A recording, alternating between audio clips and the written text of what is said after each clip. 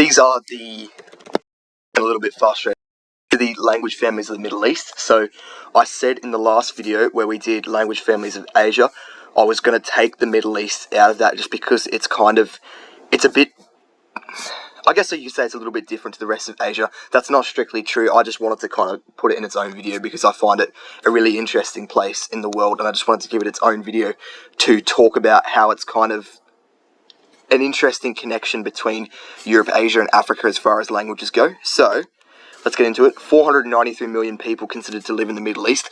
I'm not going to spend a lot of time arguing over how many people live there. Obviously, it's debatable because people like to talk about, what is considered the Middle East. It's not a continent.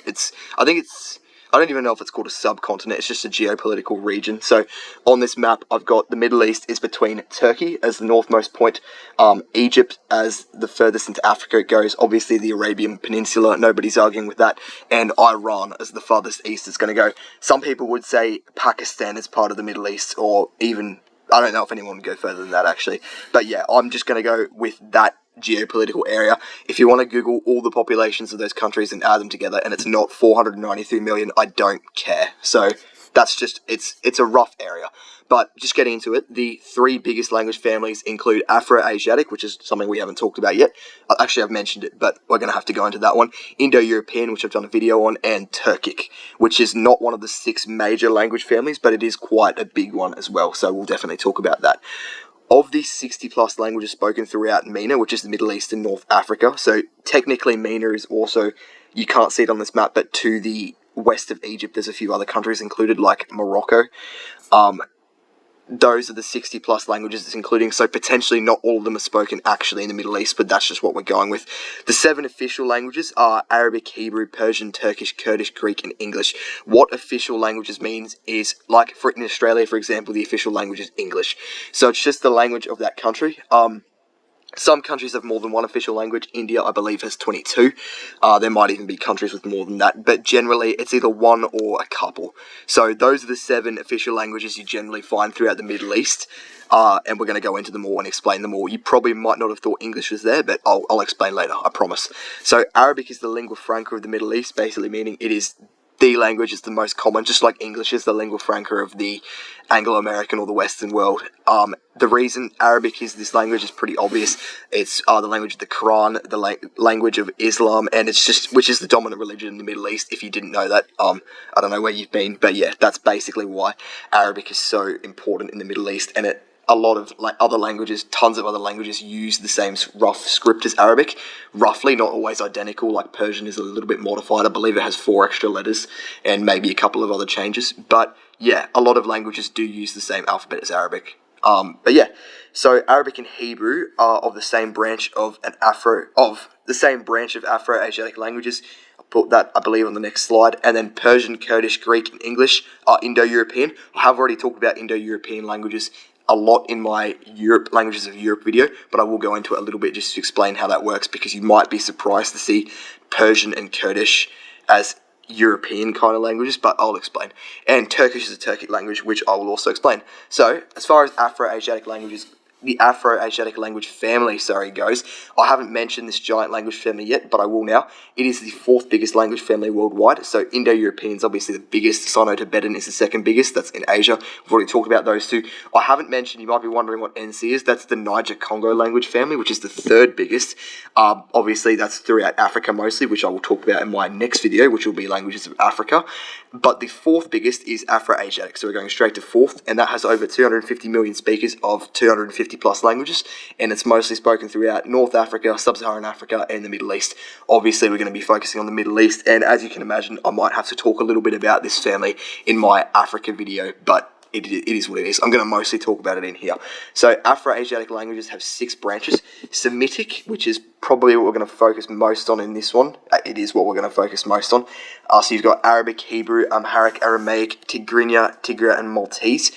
We did actually mention, I'll just say this quick to get it out of the way before I forget, because I will forget. Maltese we mentioned in my Languages of Europe video. It's the only UN language that is Afro-Asiatic. The rest, I believe, are all Indo-European or Uralic. It was the odd one out, and I mentioned that but didn't really go into it. The reason it is it's a UN official language. Oh, sorry, an EU official language is because Malta joined the EU in 2003. But Maltese is an Afroasiatic language, and it is similar enough to Arabic that it's in the same sub-branch. So you can imagine they have a lot of similarities.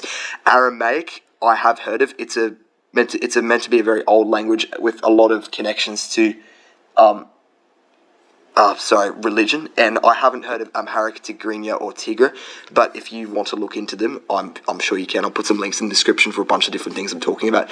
The main languages we're focusing on are Arabic and Hebrew, so I've already talked about Arabic a little bit, but what Arabic and Hebrew are I believe they are both, I know Arabic is for sure, they're called abjads, which are basically languages that emit vowels. So if you don't know what consonants and vowels are, consonants are kind of like the harder letters, so like k, d, b, letters like that in the alphabet, and vowels are, we have 5 of them in English, A, E, I, O, and U. Everything else is a consonant in English. How Arabic operates is they don't actually write vowels. Abjads aren't meant to write vowels, so you just write the consonants, and you can kind of pronounce the words by just reading the consonants. So if you imagine, if I took a word like haven't, as you can see top left, haven't, it's up here. If I took out the A and the E, but I kept like the other letters and the apostrophe, you would know it was haven't just from reading it, because you have an understanding of the English language, and to my knowledge, that's kind of how Arabic and other abjads operate. You just kind of have to know based on the context and your understanding of the language. This can be really challenging for beginners who obviously don't know the understanding of the language, and it can also be annoying for things that need to stay perfectly translated. They can't be, because obviously things will change over time if they're not written down. So for beginner texts, they generally do write vowels in to make it easier for beginners and learners, and I believe for the Quran they do as well, because it needs to be read properly. Obviously, it can't be changed because it's the most important text in the Middle East and one of the most important in the world. So that's what an abjad is. Arabic and Hebrew also are, I think it's dextrose and estral, I can't remember the exact word, I'm sorry, but they're written right to left. So if you watch someone write it, they write from right to left instead of left to right like English and most languages, which can be, it's not as annoying as you'd think for learning it. I do know some very, very basic Arabic. I don't know any Hebrew, sorry. I can write the Arabic alphabet and say it, but it's really not that annoying, and it is kind of weird writing numbers because numbers are written left to right, but that can be in a video for another day. I actually do want to do a video on why Arabic is so challenging, but yeah, that's basically it. And Arabic and Hebrew, they use different alphabets, but they're both Semitic, so they're more related than other languages. You've got also Egyptian, Omotic, Chadic, Amazigh, /Berber, sorry if I'm not saying that right, and Cushitic branches as well. If you're interested in any of those, I'll have links in the description. I just can't have this video going on forever with a textbook full of notes in front of me. So if you're interested in that, I will have links in the description if I can. You can definitely go and read about that. Also, just so you can see under the Chadic one, Hausa, that's not to be confused with Hosa, which is Xhosa, I think is the most common spelling. That's a Niger-Congo language that you've probably heard. It's one of the clicking ones. Just wanted to make sure nobody confused that for that. But anyway, moving on. Turkic language family. So this is what I talked about in those 7 main languages. Turkish is, where's my cursor?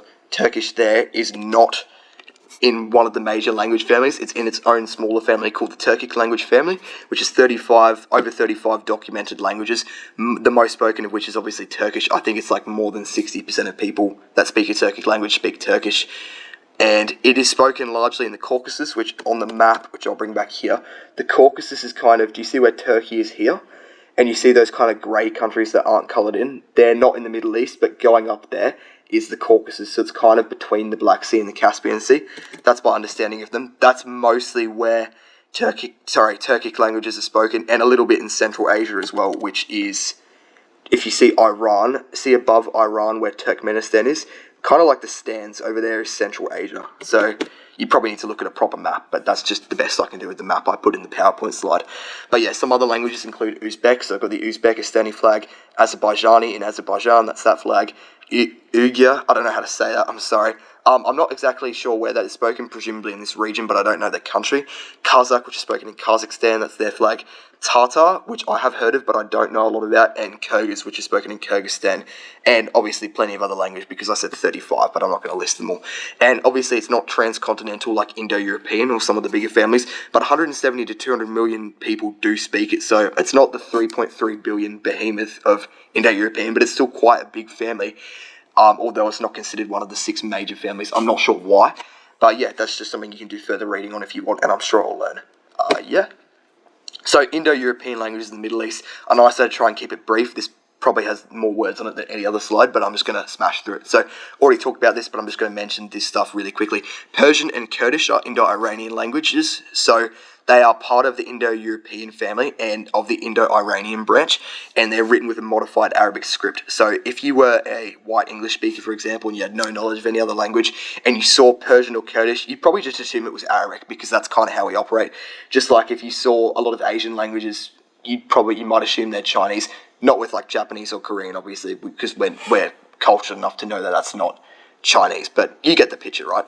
So if you what was I going to say? This means Persian and Kurdish are more related to English and European languages than to Arabic, despite how the alphabet makes them look. By related, I've got that coloured in because I'm going to talk about that on the next slide. There was someone commenting about that, and I just wanted to just explain how I see that, just so to avoid any confusion, but I'll get to that when I get to that. But yeah, Persian and Kurdish are actually more related to English because English is an Indo-European language, than they are to Arabic, even though Arabic looks the same to us. Or when I say us, I mean I'm from Australia, so if you want to call yourself us with me, I mean people who basically speak English and don't really have a knowledge of that unless they teach themselves. Greek is an Indo-European language of the Hellenic branch. It's the last non-extinct language, I think, and it's spoken by 14 million people in the Eastern Mediterranean. I don't think you can see that in this map. No, you cannot. The Mediterranean, if you have some knowledge of geography, is kind of like, it's a sea, so below Italy, and if you go to the east, there's a lot of countries that kind of go down towards Africa. You'd have to look at a map. But yeah, it's spoken by 14 million people there, and countries near the Black Sea, which, this is the last time I go back to the map, I promise. You can see above Turkey is the Black Sea. That is between some southeast Europe countries, so Romania, I believe, the Caucasus, and to the north of that, I think, is Russia, I think. But yeah. You're probably not that interested in the actual map part. I just think that kind of geography and knowing where countries are is fun. But yeah, it's spoken by 14 million people there. It's one of the oldest languages, over 3,500 years old. One of the most important as well, we take a lot of words from it, like we take democracy from that, from the Greek words demos and kratos. And yeah, there's plenty of other, it's a very important language and very interesting. You should learn the alphabet as well. It's pretty easy. I've learnt it, and it's quite fun to write stuff in. It makes you look smarter than you are, which I'm not. But the Middle East is one of the regions with the most English speakers as well, so this is the last Indo-European language to talk about, although their proficiency is quite low, which is interesting. But it's most spoken in the UAE, which is the United Arab Emirates, Kuwait, and Qatar, which are three very small countries in the Middle East. I will put... Actually, no, you know what? So that was the last time going back to the map. We're not going to do that again. You can find out for yourself if you're interested. But 75% of the UAE speaks English and only 25 Arabic, which is interesting. The reason for that, you probably know Dubai is one of the biggest, if not the biggest city in the UAE. It's not the capital, but it is one of the biggest cities, most well known. And the reason why it's spoken a lot in those countries is because of trade. So investors and foreign commerce is becoming more and more popular in the Middle East. It's a place with a lot of oil reserves and all kinds of other stuff, so it is very important there. And it's taught as a second language. It's obviously culturally important. English is the most culturally important language on the planet, in my opinion. And yeah, that is interesting because there's not really a lot of British colonization in the Middle East. I think, if I know my history, which I'm not an expert on this part of it, but the Ottoman Empire and other Middle Eastern empires were strong enough to earn the respect of the British, basically, in, I think it was the 1800s when they might have first flirted with that idea of going into the Middle East, and that's kind of why there isn't a lot of colonization compared to places like North America and Africa, where the native peoples were, in the most polite way possible, like more of a softer target for the British, in that they didn't have massive armies and stuff like some of the places in the Middle East are. That's obviously not meant to be rude or anything, that's just history, how I see it. So, moving on. I'm just getting a drink of water. That's been a lot of talking, sorry. I know I said it was going to be quick. I did my best, but related versus similar. So, someone just left a comment about this. They were just kind of,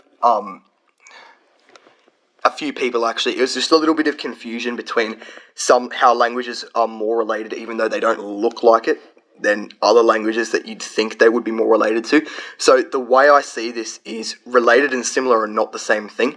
Related is how closely languages are descended. So if you take Indo-European languages, what that means is all of those Indo-European languages are descended from a common language, hypothetically. So over time, the people that have spoken them have moved apart, they've changed stuff, they've changed how they write, they've changed how they pronounce stuff, and that becomes two different languages. That's how Spanish and Italian, for example, are two different languages. You can see how they have a lot in common, but as the people have moved apart, the language has changed. That's what related means. They come from the same parents, grandparents, etc., hence the word related. Similar, all similar means it doesn't need to be anything to do with related. Similar just means how much two languages have in common. So do they look the same? Lexical similarity, which is words. Grammatical similarity, which is rules. Orthographical similarity, which is pronunciation derived from the script. How easy it is, how you pronounce things based on the script. And just everything, how similar they are. These two terms can have a lot in common, but they are not the same thing. So generally, language is more related to each other, as in they're descended from the same languages, like I said before. They're generally more similar because they used to be the same thing and they've just changed slowly over time. But that's not always the case, because you've got languages like Persian, for example, that are technically more related to English. English is Germanic, Indo-European. Persian is Indo-Iranian, Indo-European. So they are of the same major language family, but Persian looks a lot like Arabic, which is an Afroasiatic language, which is not really as related to, but it looks the same, it sounds the same because they use the same alphabet and similar pronunciation. It's greatly influenced by Arabic, and to an English speaker, you'd look, if you didn't, like I said before with my, English speaker who doesn't really know much about other languages, you just look at it written down or hear someone talking and go, yeah, that's probably Arabic, because they just seem the same to someone with no knowledge of other languages. So that's what I mean by related versus similar.